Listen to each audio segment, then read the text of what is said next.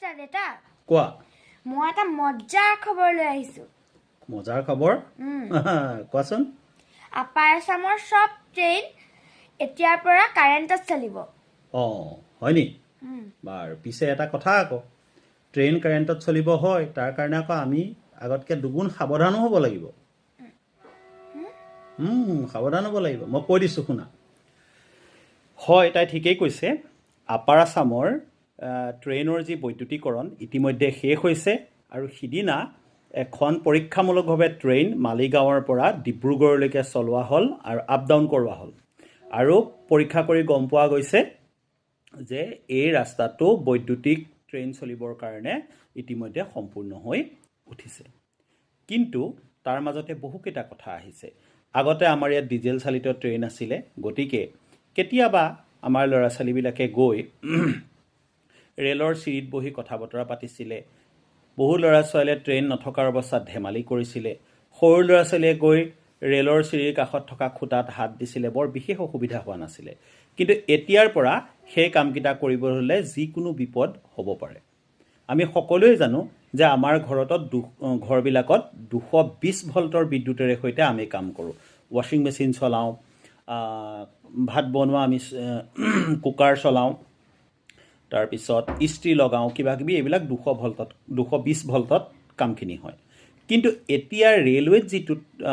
line ব্যৱহাৰ কৰা হৈছে কাৰেণ্ট ব্যৱহাৰ কৰা হৈছে তাত 25,000 ভল্ট থাকিব চিন্তা কৰক ক'ত 220 ভল্ট আৰু ক'ত 25,000 ভল্ট 220 ভল্টত যদি আপোনাৰ কেতিয়াবা দুৰ্ভাগ্যক্ৰমে শ্বট লাগিছে গাত কিমান কষ্টদায়ক হয়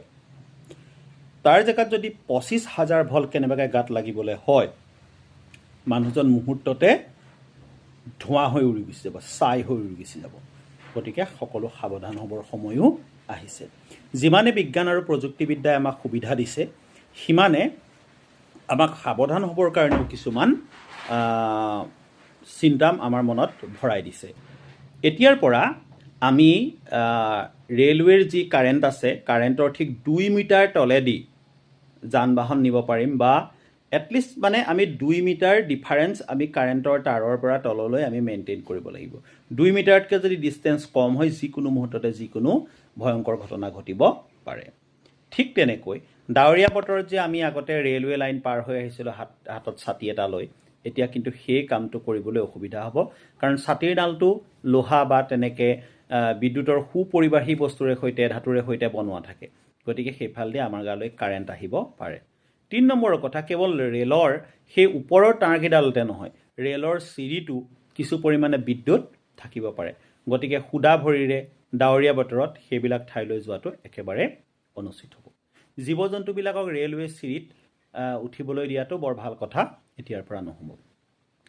আনহাতে আমি যিবিলাক মানুহে গাঁৱত বাস কৰোঁ ৰেলৱে লাইনটো আমাৰ ঘৰৰ কাষত আছে আমি প্ৰায় এটা ভুল কৰোঁ যে সেইফালেদি আমি বাঁহ বা তেনেকুৱা খৰি চৰি কিবা কিবি লৈ প্ৰায় ক্ৰছ কৰোঁ অকস্মাত যদি সেই বাঁহডালৰ ধৰি লওক কেঁচা বাঁহডাল আনি আছে সেইডালৰ যদি আগটো 2 মিটাৰতকৈ বেছি কম ডিষ্টেঞ্চত লৈ গুচি যায় তেতিয়াহ'লে কি হ'ব লগে লগে সেই মানুহজন বিপদত পৰিব আমি আশা ৰাখোঁ যে আপোনালোক কুশলে থাকক আপোনালোক হাঁহি আনন্দৰে সৈতে জীয়াই থাকক সেইবাবে আমি সজাগতামূলকভাৱে এই ভিডিঅ'টো বনালোঁ এই ভিডিঅ'টো কোনো আমি নিজে ৰিচাৰ্চ কৰি পঢ়া শুনা কৰি বনোৱা নাই সিদিনা ৰেলৱে ডিপাৰ্টমেণ্টৰ এজন ব্যক্তিয়ে এই সম্পৰ্কে কৈ আছিল গতিকে মই তেখেতৰ কথাখিনি মনত ৰাখি লৈ আপোনালোকৰ আগত যেনেকৈ কৈছে ঠিক তেনেকৈ ক'বলৈ চেষ্টা কৰিছোঁ ৰেলৱে হওক প্ৰযুক্তিবিদ্যাই হওক বিভিন্ন ধৰণৰ প্ৰযুক্তিবিদ্যাই হওক সকলো আমাৰ কাৰণে আশীৰ্বাদ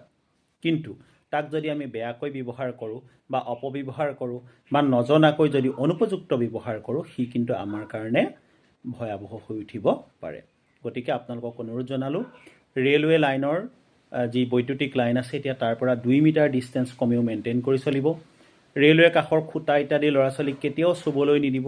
ৰেলৱে লাইনৰ কাষত থকা লোহাত কেতিয়াও ভৰি নলগাব বা হাত আপোনালোকে নলগাব তাৰ পৰা বিপদ হ'ব পাৰে thank you very much please keep watching our videos do share our videos and don't forget to follow us thank you